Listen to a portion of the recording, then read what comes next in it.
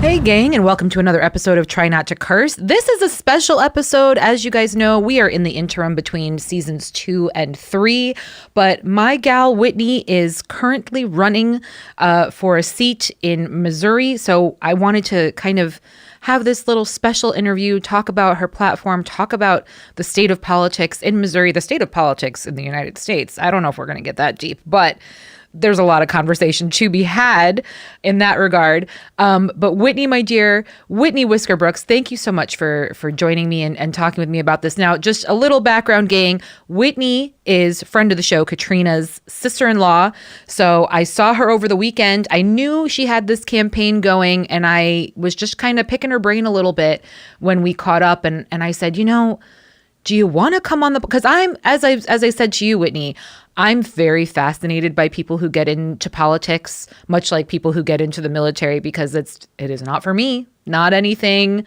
No, I do not want that on my shoulders. But you saw a need in your state, in your town, and you said, you know what? I've been sitting on the sidelines too long. I mean, walk us through what was your decision to do this? Yeah. So, as a human who exists in this world right now, it's been an interesting ride, and kind of the genesis of this, this political career, this run, is ultimately I decided that I had to do something or I was going to go crazy, and if nobody does anything, then how are we going to expect anything to change? And, I've spent a lot of my life up till this point waiting for other people to run and make the change. And I ultimately decided that it's my turn. If I'm a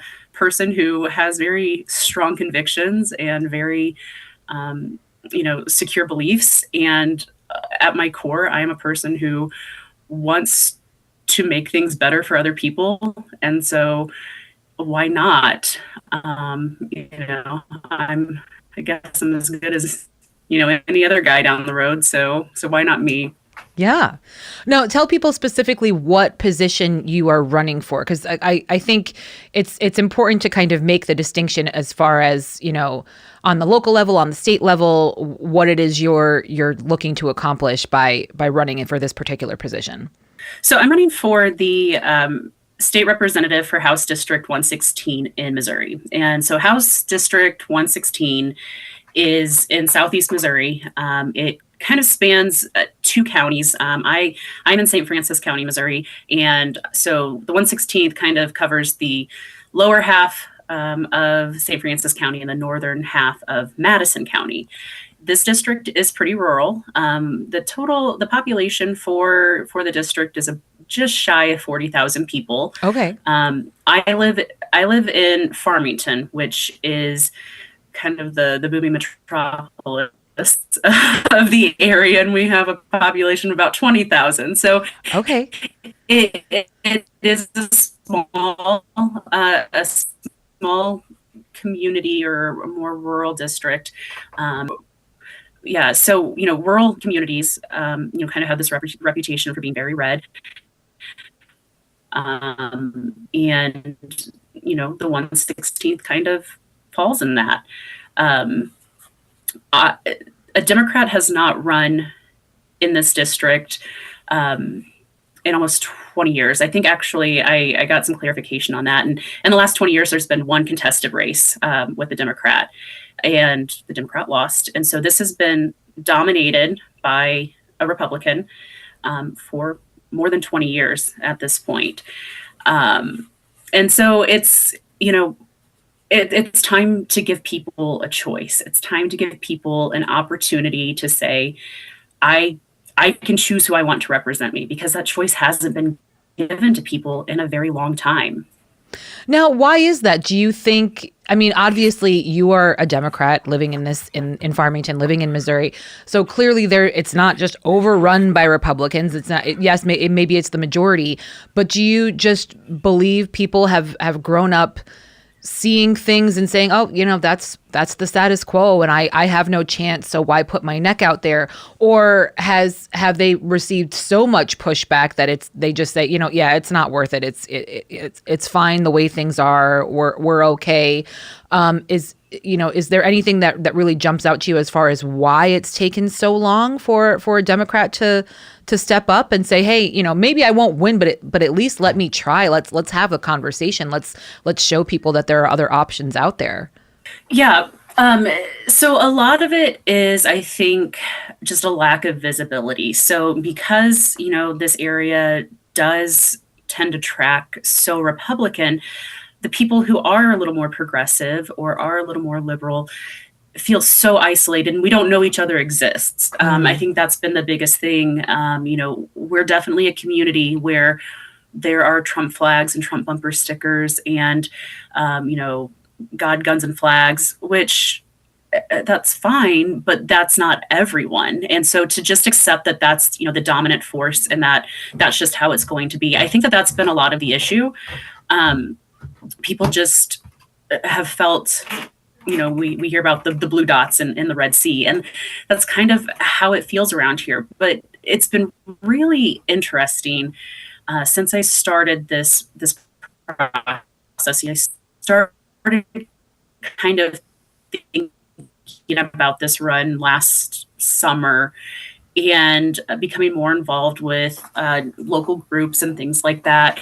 You would think. And I think that's probably been one of the most encouraging things for this so far, is realizing that there are people who do share these values, who do have these beliefs, and want to see change. And so I think that was kind of the real catalyst for saying, okay, if there are people, then they need representation. Yeah. If you were to win, what is it that you're looking to change? What is it that you're feeling has not come from Republican representatives in all these 20 some odd years? I'm assuming that's again, there are reasons why you decided to run, not just a matter of giving people an alternative choice, but because there are things that you're seeing that do need to change. Absolutely. So in Missouri, just a little, rundown of Missouri politics.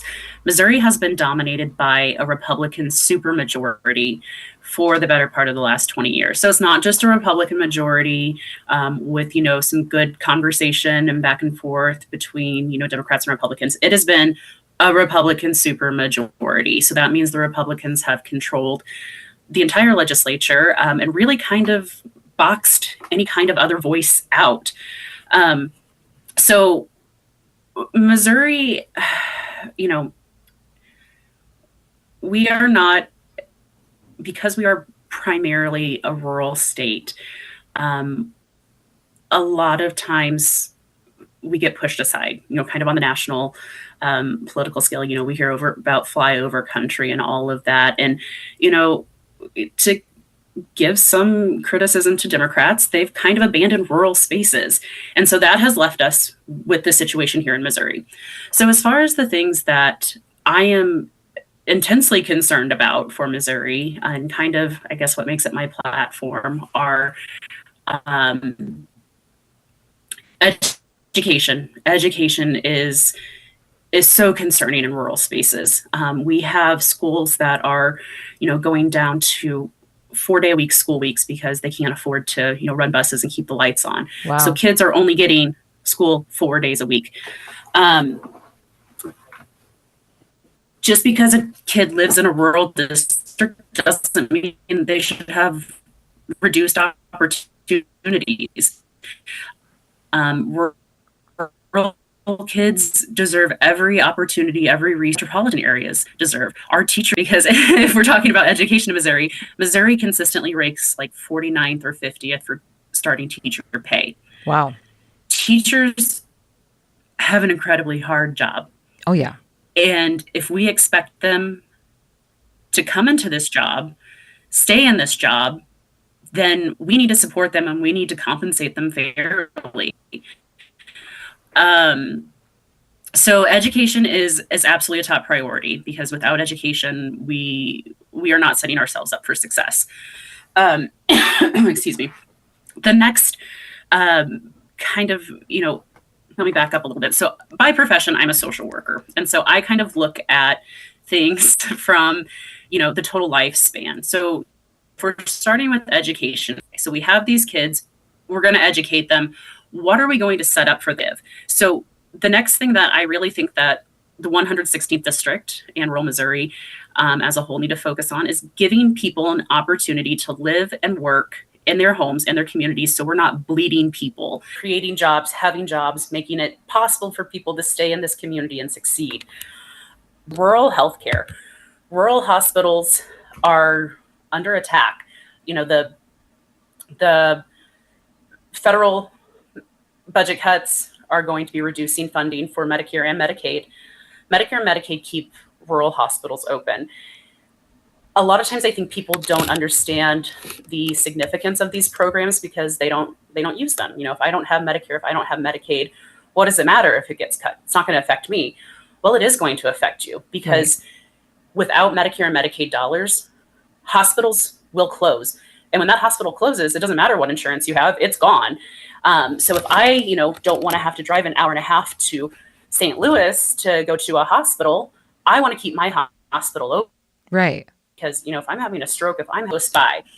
And so those are kind of the core bits of my platform is we here in rural communities and smaller communities deserve to be supported, to be funded, and to have opportunities. Yeah. And right now we don't have that. And what we do have is in danger of being eliminated. Well, and I think it's important too to point out, Democrat, Republican, I think we're at a point now in this country, certainly, where everybody is feeling it across the board. So it doesn't matter if you're in a rural area or even like New York City right now. So, Mamdani ran on that platform of people keep leaving the city because they simply can't afford to live here anymore.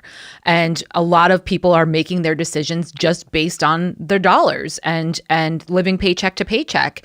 And when resources leave because the people running those different services and stores and companies and businesses, when they leave and you're left in an area that doesn't serve you and you certainly can't afford to be there yourself, well, what am I sticking around for?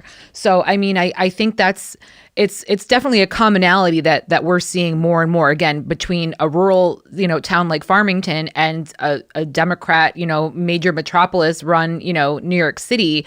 It seems to be this underlying theme across the board. So, again, you running is saying, hey, I see it too, and something needs to change. And hey, these folks that have been doing it for the past 20 years obviously aren't meeting the needs of their constituents. So let me give it a try, and I'm hoping that you succeed. I'm hoping that you get to accomplish those things that you need to accomplish. But, why is it that the government as a whole seems to kind of overlook areas like that? Is it because I'm wondering, as my listeners certainly know, I am a liberal Democrat. I almost wonder, is it because Republicans believe like no matter what they do, they've got those areas to vote for them regardless of circumstance. And also on the same side, Republicans say, hey, they have no interest in me. They're never going to vote for me. I'm never going to get elected into office in those areas. So, okay, let the Republicans deal with their people and essentially kind of have turned their backs on folks. And is that kind of the feeling that you get as well, or maybe I'm missing something else here? Yeah, I think that a lot of it is Republicans have become very complacent in places like the 116th district. They view it as a sure bet. They're really good at, saying the things that resonate with people on a very, I'm going to call it a superficial basis. They're quick to say, well, the Democrats are going to come and they're going to, transgender your kids and they're going to, take your guns and they're going to do this. And it's like, nah, I just want like kids to not be hungry. And I want to make sure that we have a functioning government, because government in and of itself is not bad. And I know the libertarians are going to say, oh, well, she is wrong. Government's not bad. We need government. I am a firm believer that we need it, but we need an effective government. 100%. And what we have right now is not an effective government. Yeah. So why am I paying my taxes for the government to take that and then give it to Elon Musk or whoever else? Trickle down doesn't work. We have been, almost 40 years, we've been hearing about trickle down. It doesn't work. Let's accept that right now. Going off on a tangent. That's okay. Here, but, that's what we're here for. I think Republicans are really good about coming out of fear. And coming in and saying that, the Democrats are going to do this and they're the boogeyman. It's like, they like to say that, AOC and Nancy Pelosi and this, which they're not here in Farmington, Missouri. They're not. And the Democrat Right. running in Farmington, Missouri is not like, I'm not part of the DNC. It's like, I just have to look ultimately, why am I running as a Democrat? I have to look at the platforms and the priorities. And ultimately, I fall with the Democrats, because at the end of the day, I want fair and equitable representation for people. I don't want to prioritize the super rich. I don't want, a handful of, rich donors with special interests to be calling the shots. Here in Missouri right now, we are going down a very perilous path with the governor is really pushing to eliminate property tax and replace it with income tax, and replace it with a higher sales tax, which is going to disproportionately affect anybody who's not rich. Yeah. And it's not just the poor people, it's anybody who's not rich. And Missouri ranks, I think, like 36th for wealth in the country. So that's going to be me. That's going to be my neighbors. That's going to be just the normal people in Missouri. This is looking at causing a $5 billion deficit in the state budget, and they have no way of accounting for that. Wow. Or fixing that. That's going to locally here in the 116th district, that is going to affect our schools in a devastating way. It's going to cause us to have to eliminate teaching positions, support staff positions, and it's going to affect our kids. Yeah. For what reason? To appease rich people. Yeah. And that's not what's in our best interest. Right. Absolutely. I mean, I was out there, I had never been to Missouri before prior to your wedding. Again, thank you for the invite. It was lovely. But like you said, in the area where we were staying, where your wedding was held, it's 20, 30 minutes from any major shopping center. I think it was like a 20, 30 minute drive to Walmart. As you said, St. Louis, the airport itself is about 2.5 hours away from you guys. So in an emergency situation, you're not getting the help that you need if you don't have those resources. But also, if you're somebody who is struggling paycheck to paycheck, and if they do change these tax laws and really affect people in the lower tax brackets, you don't even have the luxury of being able to try and get a second job, because where the businesses aren't anywhere near you, and you're going to be spending more time commuting back and forth than being able to actually provide for your family in a way that will make a difference. So a lot of people in those situations, in those types of communities, are damned if they do. I mean, even myself, growing up here in Connecticut, I live in one of the largest towns in the state. And my very first job was 30 minutes away at the local mall, because, that's where all of the jobs were. And if you wanted to get a job around here, you had to know somebody, but the opportunities were few and far between. So I see these politicians make these decisions, and then I see these constituents continue to vote for these politicians, and I'm like, what are you guys not getting here? What are you missing? And I sometimes I think a lot of the times it's the devil, they like you said, they use a lot of the buzzwords that their constituents latch onto, that yes, I don't want to say it's all fear mongering, but yes, obviously, if I'm concerned about education, so they're going to say something about education. I'm concerned about taxes, or, oh, we're not raising taxes. We would never do that. We're not trying to, But at some point you have to look back and say, okay, well, your actions don't mirror your words and don't mirror your promises and have yet to do anything to benefit my family or put me in better circumstance. So I'm glad that someone like yourself took a look around and said, well, okay, if nobody else is going to step up, I have to at least shoot my shot and take my chance and try to bring about some change. So I really applaud you for that. I think when we were talking, you said something about there were 26 odd seats available, and previously they were really never contested by Democrats. And I think this time around, I think you said there's only 2 that aren't being contested by a Democratic candidate. So things are really seem to be changing. Yes, and what I'm looking at, I'm going to pull this up because yesterday was the last day of filing, and I want to pull up my numbers so I can speak. We had an amazing the 8th congressional district, which is the congressional district where my state district is. There are 26. Hold on. Yeah. 23 House districts. Okay. And they registered 22 out of 23. Wow, great. House districts. This was the biggest Democratic filing in this century, so in the last 26 years.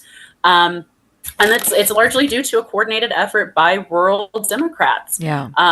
Over the last, really probably since 2016, that was a big kind of tipping point in so many ways. But 2016 and 2020, there have been just such a dedicated group of people saying, we need to engage our communities. We need to find people who want to step up. And, I've been, and I'm a product of that. If I didn't have all of these people showing me that it was possible, there's an organizer here in the 8th Congressional District. Her name's Randy McCallion. She has run in the 8th Congressional District as a Democrat for 2 cycles now against Jason Smith, who is our congressman, who is he's less than worthless. I think calling him worthless is too generous. But she has done such an amazing job of showing people in rural communities and here in the 8th Congressional District that we don't have to accept this any longer. And I think back to, if I really pinpoint what was, the catalyst for me deciding to run, I went to a panel where she was talking, and she said, somebody I think asked the question, what would you tell somebody who's don't stop worrying about being the perfect candidate or worrying about what you don't know? Having the desire to run and the willingness to run is enough. And, we'll support you. And I'm, that's not a direct quote, but that was the gist of it. And, that was really like the first time that I was like, wait, like maybe I can do this. Like, and, kind of back to what I said at the beginning, why not me? Like I'm a smart person who cares about people and has the ability to take in new information. So why not me? I mean, that's what we want from our politicians, right? We want people who are willing to listen, who are willing to take in information and apply critical thinking to, advocate for policies and legislation to benefit the people we're elected to represent. And I think that at its core is or at my core is what is motivating me for this is, I'm a person who can do this. And so let's do it for the people who live in this area. Yeah. Well, and I would imagine you've certainly seen it, in your field with social work that, sometimes all it takes is just somebody to show up. Just show, and then, once someone is there, then you can start addressing the problems and come up with a plan. But some people just genuinely need that support, just that visible support of, yes, I'm here for you. Now let's start the conversation. You don't need to come in with a plan. You don't necessarily need to come in with an agenda, but showing up is the first step. So I think that's really great. I hear your cat. Hi. Oh yeah, he's very bad. The door's closed right now. Oh sure, yep. My cats would be the same. I understand. Now, were you always liberal Democrat growing up, or is your family Democrat? I mean, growing up were you always in Missouri? Let's start there. You were born and raised in Missouri. Yeah, so I am born and raised in Farmington. So where I live right now, I moved away for just over a decade to go to school and start my career, and moved back during the pandemic when everybody was, making radical life choices. So no, my progression. So I grew up in a pretty conservative household. I grew up very Catholic, went to Catholic school. When I was in high school, I remember in my freshman history class, we had to do like an about me thing. It was like at the start, and it was like, list your favorite TV show. And I was like, my favorite TV show is The O'Reilly Factor with Bill O'Reilly. Okay, so that was where Whitney at 14 was. Wow. So So Whitney through high school that's when I really kind of had this change, and then like going into college. But it's been really interesting. So I would say that I have been a pretty liberal person for the entirety of my adulthood. But it's really interesting. So my parents, they always identified as independents when I was a kid, but I would say they pretty staunchly voted Republican all through my childhood. My parents started having this like really like radicalization, in their like late 50s, 60s. And now, my dad, he is a 68-year-old, white guy from rural Missouri who drives a pickup truck, but he is so liberal now. It's amazing to see. Yeah. He used to have like a little Black Lives Matter sticker on his truck, and he, so it's really interesting. And I will say that like that is also a really encouraging Yes. thing. Yes. Running in a rural district like this where there are so many growth that they've had, politically, it gives me hope that, maybe through this campaign and me just talking to people are able to take in new information. And, I kind of want to go back to what you said a few minutes ago. You were talking about how, people just keep making the same decisions, or, they keep voting for these people when it seems like they're not really representing them in the best way. That is a conversation that I want to have with people as I am, doing this campaign, saying to them, ignore the letter behind my name on the ballot. Ignore that. Listen to what I'm saying. And think about what you've been voting for the last 20 years. Think about the things that are not working for you right now. And why would you keep voting for the people and the parties and the institutions that have been failing you for the last 20 years? Yeah.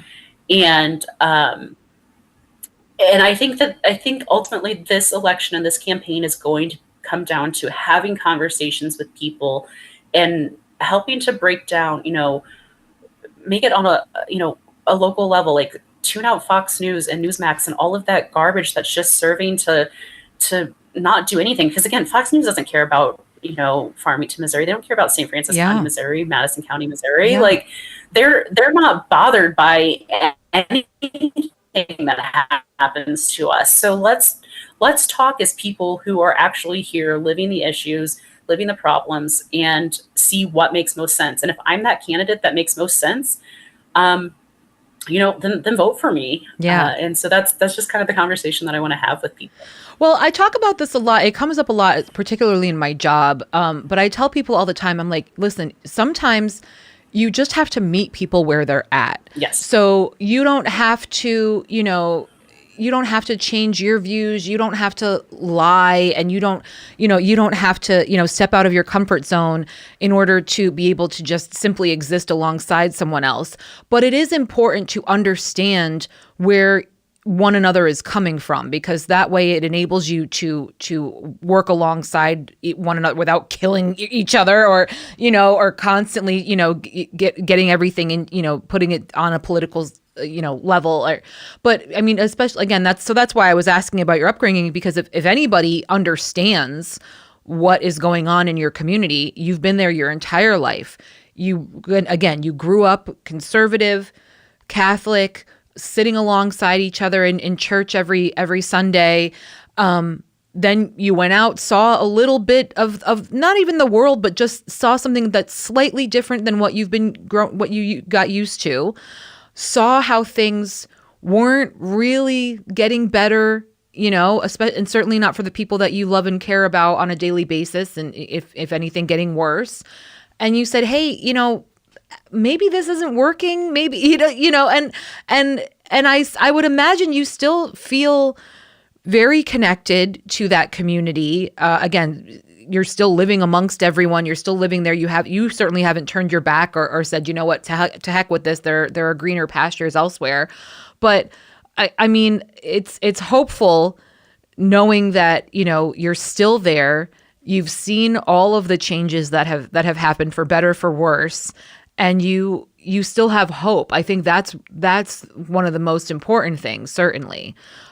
So that's really great, and I'm sure that absolutely helps you when you try to speak to people, and as you said, don't look at the party that I'm representing.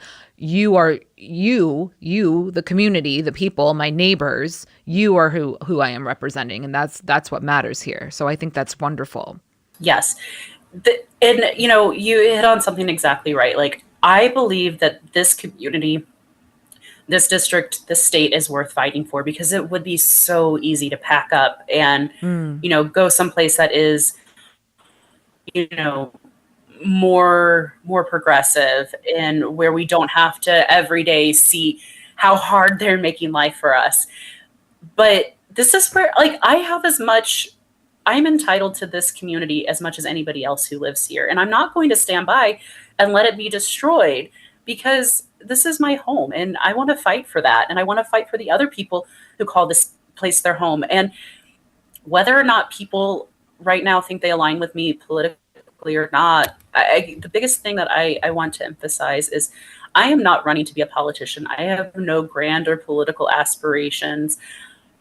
I want to be the best representative that I can be for this community. I want to know the issues that are facing us. I want to know the solutions. I want to help create the solutions. So this isn't just like a stepping stone to bigger things. I want to put in the work. I want to do the work, and I want to create better outcomes for the people who live here and for this community, because it's worth fighting for, and I don't want to see it fail. Yeah, absolutely. So let's get into just the nitty gritty a little bit of this. So again, you went to a town hall kind of forum and said, you know what, let me give this a shot.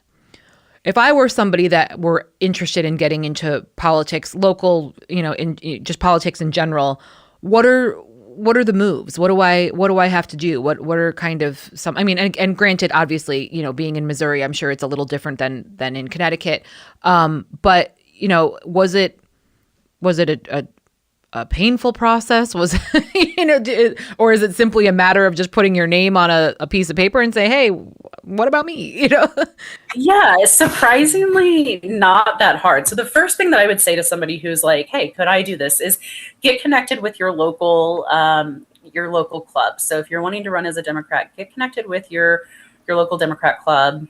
If you're wanting to run as a Republican, that's your right. Get in touch with your local club, because it is so important to have a support system when you're running. So as far as like the actual nuts and bolts of the process, yeah,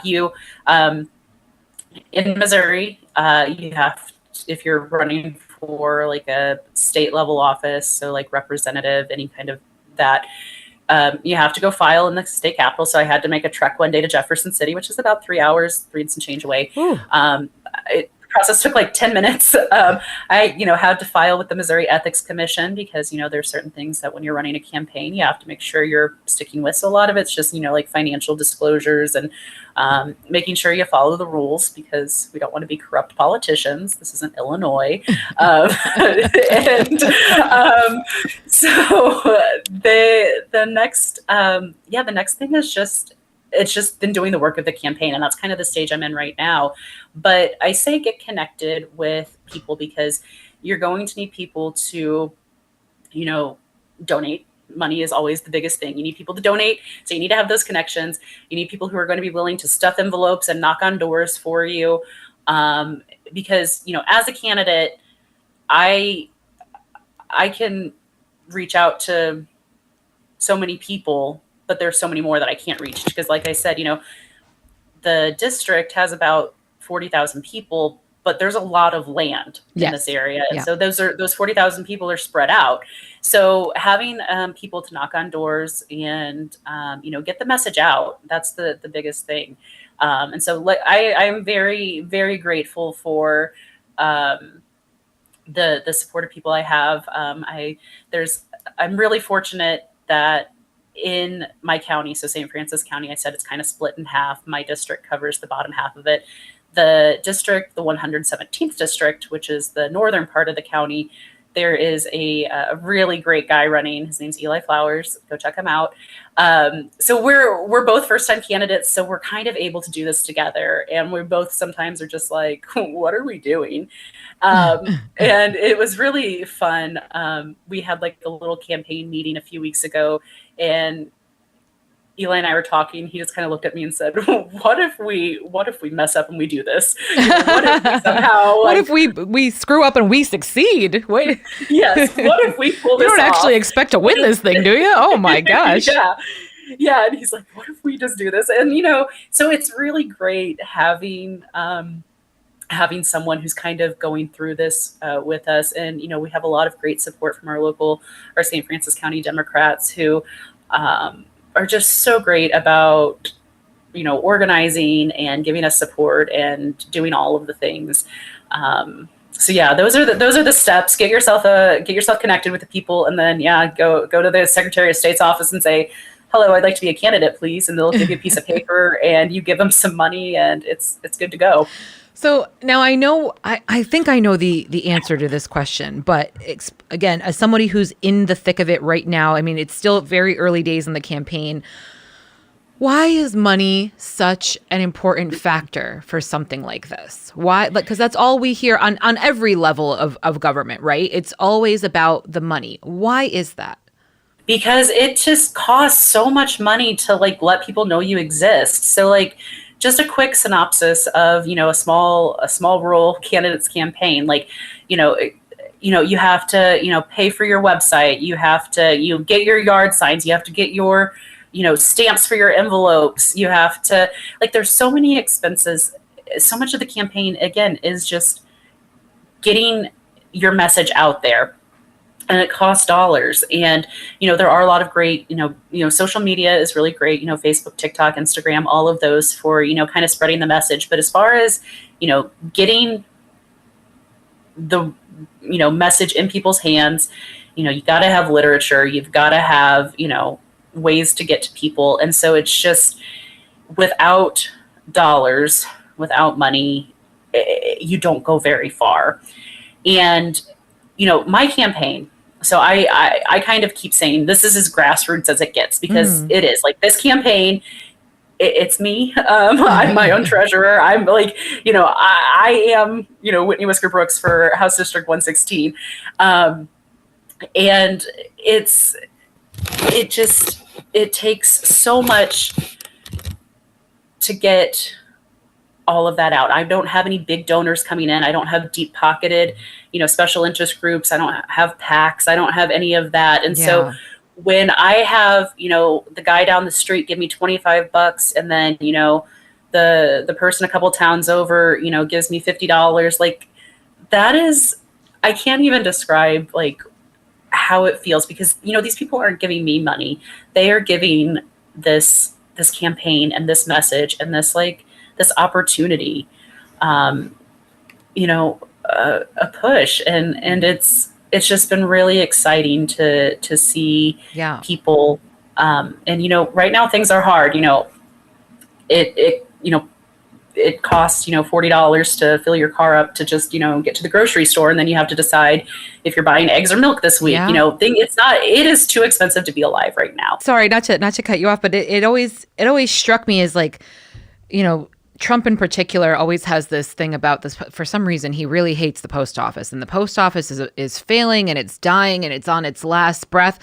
But stamps are 70 cents a piece now, gang. I mean, I am more than convinced that Trump just doesn't like the post office because he knows that that's how campaigns are really run is through the mailers, through getting the word out there, through reaching people.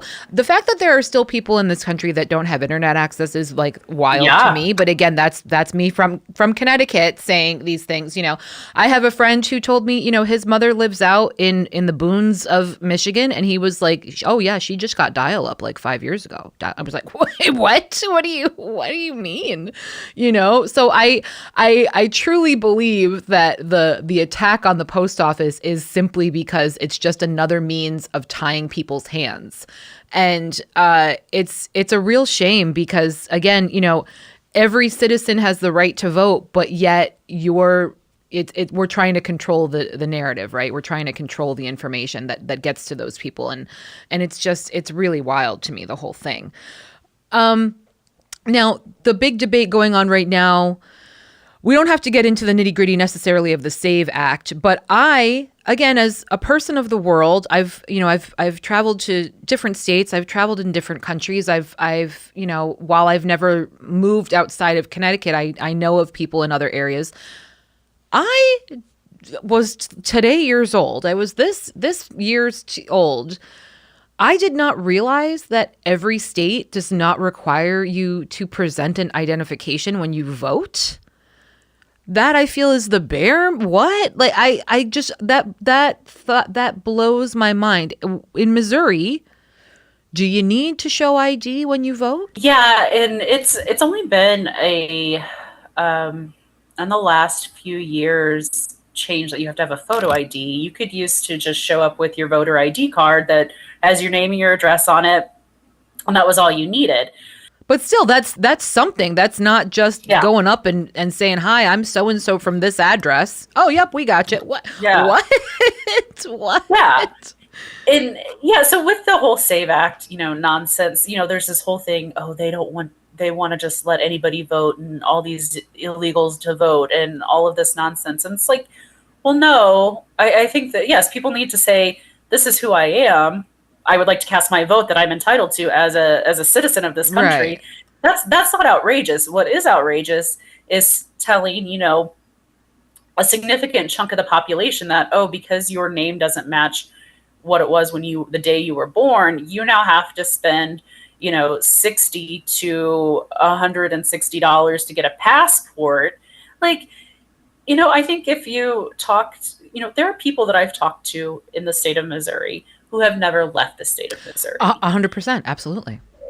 And so that person's not going to have a passport. And also, there's a lot of buzz about this.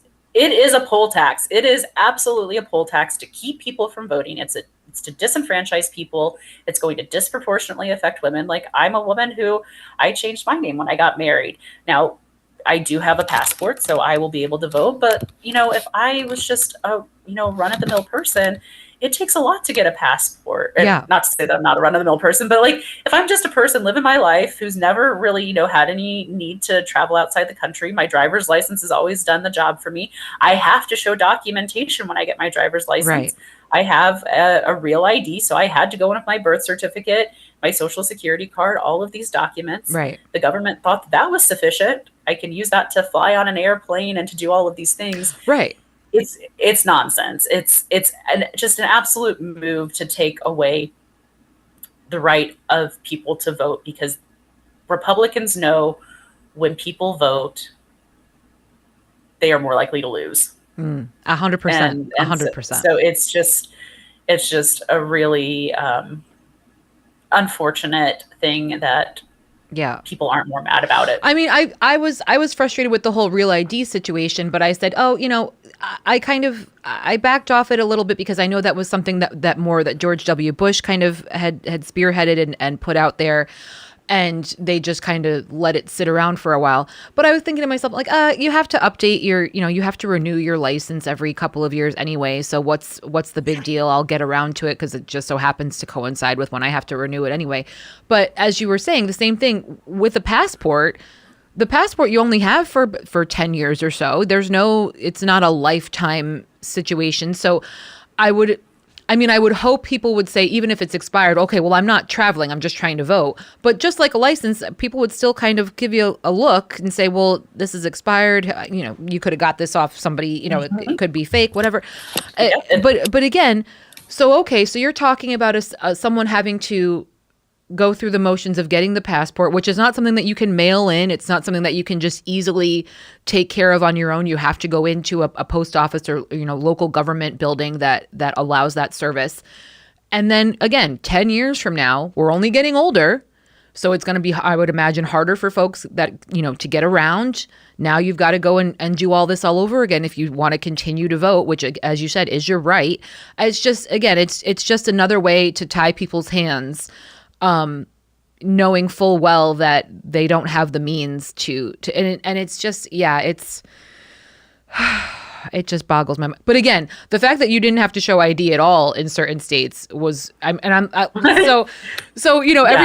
keeps posting these arguments and this and, oh, well, the illegals. And I keep over here in my little bubble in Connecticut over here. I'm like, no, idiot, because they have to show an ID, and if they're illegal, they wouldn't have an ID. So what are you talking? But again, I was this year's old to learn that, holy cow, we've got a lot of holes in our plans here. What are we?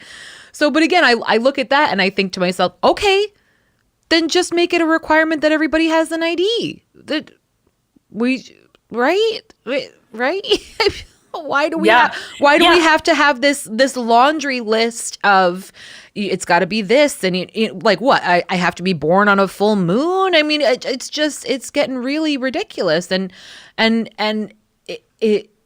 they're only proving to everybody that's, if anyone that's actually paying attention, that, oh no, there's a broader agenda here. There is absolutely.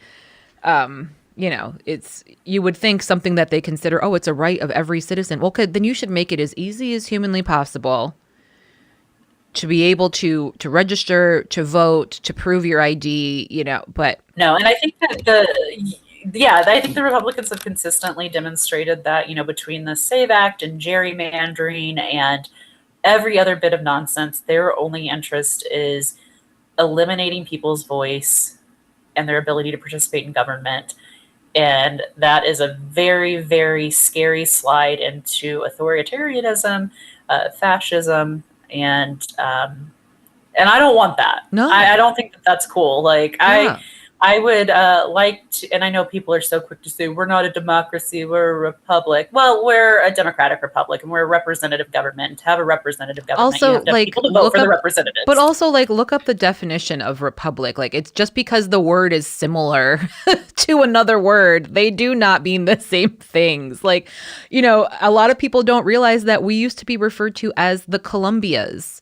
That's why it's called the District of Columbia. The North America and South America were the Columbias. So a lot of things have changed as far as language, as far as rhetoric, as far as definition. Bad Bunny came out and said, well, it's called South America too. So we're all Americans. And people looked at that and were like, wait, what? Yeah, there's a whole other continent with the word America in it. We conveniently forget on a regular basis. So, I mean, what hill are we really willing to die on here?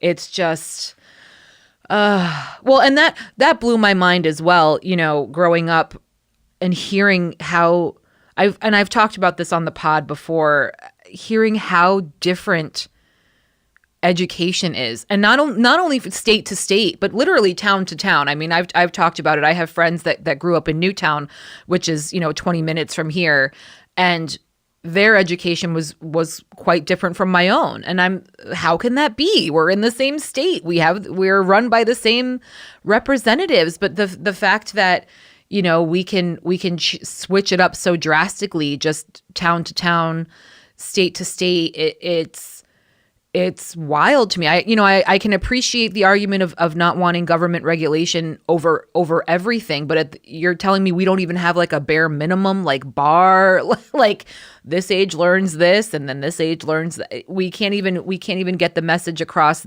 consistently in that regard. I mean, this country has been broken for quite some time, and now and I don't know, is it social media? Is it population? Because I can't even blame like a growth in population, because the population is not growing statistically right now. So what is it that is it just the fear mongering that's just doing its job? I mean, we're not solving the world's problems in this conversation, that's for sure. But what is it that needs to happen for people to I don't even know where I'm going with this rant. It's just, it boggles my mind when I look outside of my front door and I see people. It's fine that we're all different and we all have different experiences, and we were all raised differently and exposed to different things.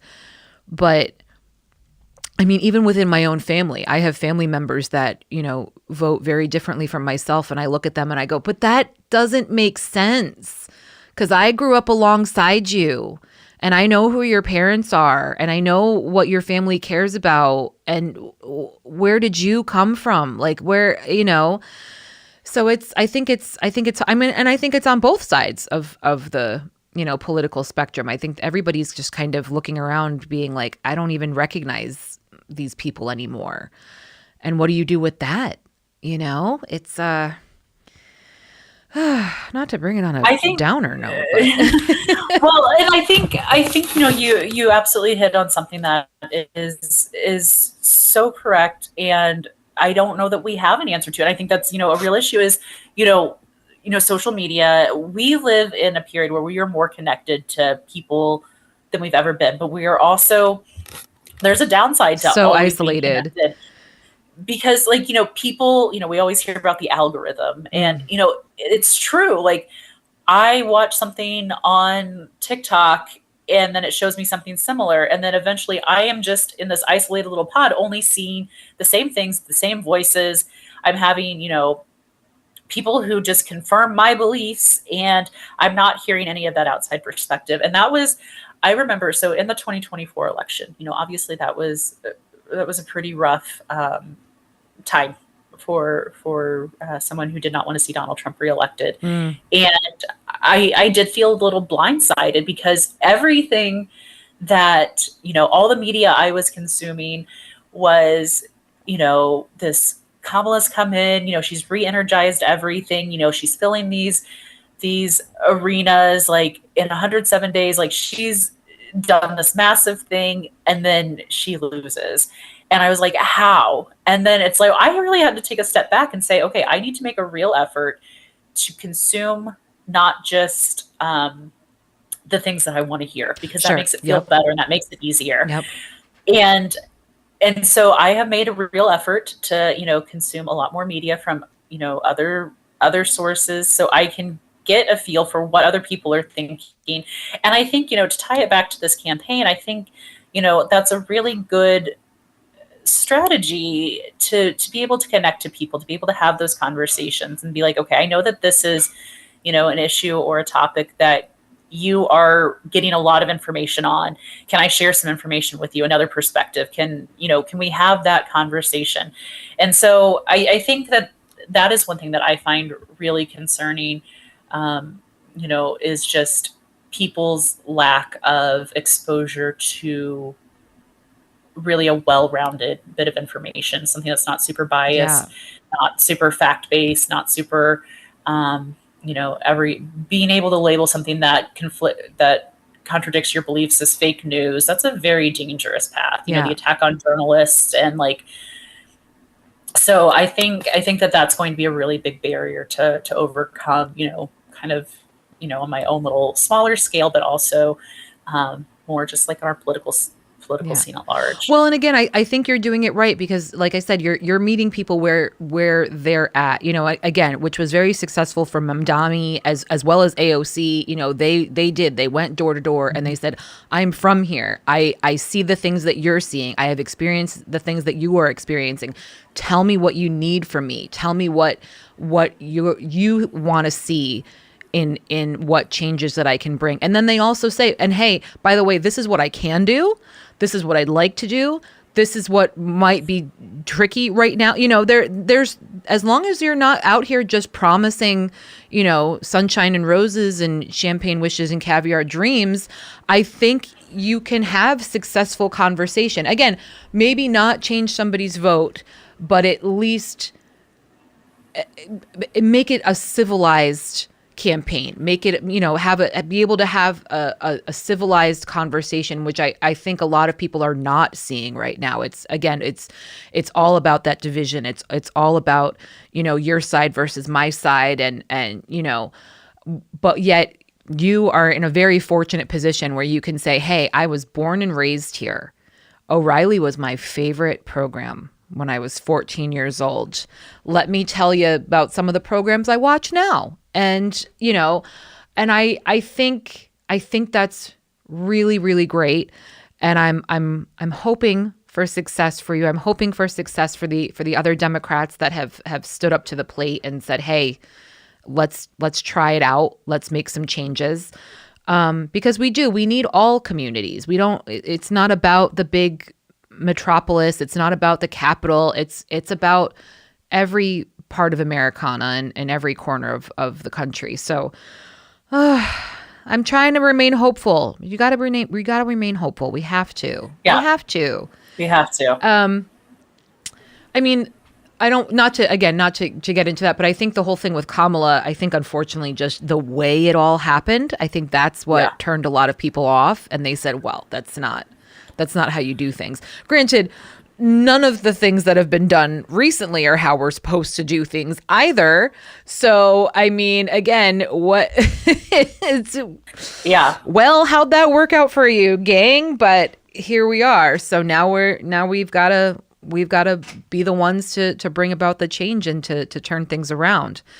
So what other things do we have to do? What is coming up? So again, the election will be in November of this year. What more needs to be done? Just more conversation, more advertising. I joked with you. I said something about, your socials and, if you have a social team, and you were like, I'm the team. So yeah. What's up on the agenda for the remainder of the campaign? Yeah, so it's fortunate. So filing for candidates closed yesterday. No other Democrat filed in my district, so I am the candidate. I will be on the ballot in November. There are three Republicans who filed, so I'm going to let them fight it out until August. And what I am going to focus on is I'm going to hit the ground. I'm going to be making connections, talking to people, hearing what they care about, telling them, what my perspective is and how I would approach representing this district. We've got a couple of events coming up as we head into the summer. There are a couple of local festivals, the Azalea Festival in Fredericktown, Missouri. Hey. If you're in Southeast Missouri. And can we just say, by the way, you are a Blue Ribbon winner. You have participated in some of these festivals. Yeah. You are a champion. So are you going to, I hope you participate in some of the activities as well and show people that they would be voting for a winner already, Yeah, I mean, there's a lot of pressure on, and if we are amongst friends and I am being honest, like, I feel like the pressure of defending my blue ribbons and baking is more pressure than this campaign right now. Yeah. So yeah, you're going to see me at the St. Francis County Fair. You're going to see me at the Madison County Fair. You're going to see me at the SEMO District Fair in Cape Girardeau. Yes. And, alert, Whitney Wisker-Brooks is heading to the state fair to entrance and baked goods. So if I can pull out a blue ribbon at the Missouri State Fair in August, that'll be the next mailer. You with your prize. Yes. Yes. So, but yeah, no. If people, I would love to chat with people, and if I can bake somebody a cookie and have a conversation with them, that's what I want to do. Yeah. So I'm just gonna what's next, I'm just gonna get out there and start having conversations with people, knocking on doors, hopefully get some people to answer the doors. Fantastic. And just share what I want to offer. Excellent. Now, I think you said there are two gentlemen running for the Republican seat, so they're going to have a primary and kind of duke that out there. And then once, the dust settles and we find out who will be the candidate for that side of the aisle, you had said to me that you really hope that there's a debate that happens. Why is it so important to you that you get to debate your opponent? Yeah, so there are actually 3 people. Somebody last minute filed yesterday. So there's 3 of them. Cool. But no, I absolutely want to have a debate because I want to give people an opportunity to see the candidates side by side, answer the same question, so you can get the most informed decision. Because it's one thing where I can send you my mailer and say these are the things I stand for, but I think voters absolutely deserve the right to be able to interview their candidates, and a debate is the perfect opportunity for that. You have both candidates side by side being presented with the same question, the same amount of time to answer, and so you get to see. I think that's the realest way you get to see the candidate. And so, yes, whoever my opponent is, I hope that he is willing to give that opportunity to the voters, and because I do think that they deserve it, and I would love to have that conversation so we can give the people of the 116th district the best opportunity to make the best decision for themselves. Excellent. So again, gang, we are airing this episode kind of in between seasons. This is going to be just a special to, again, try and help Whitney get the message out there, let people know that, hey, there is a Democrat running in the 166th, gang. So Whitney, where can people find you on socials? Where can they donate to your campaign? Where can they get more information about what you stand for and who you are? Yep. So my website is whitneyfor116.com, and that's spelled out FOR. So Whitney, FOR 116, the numbers at, .com.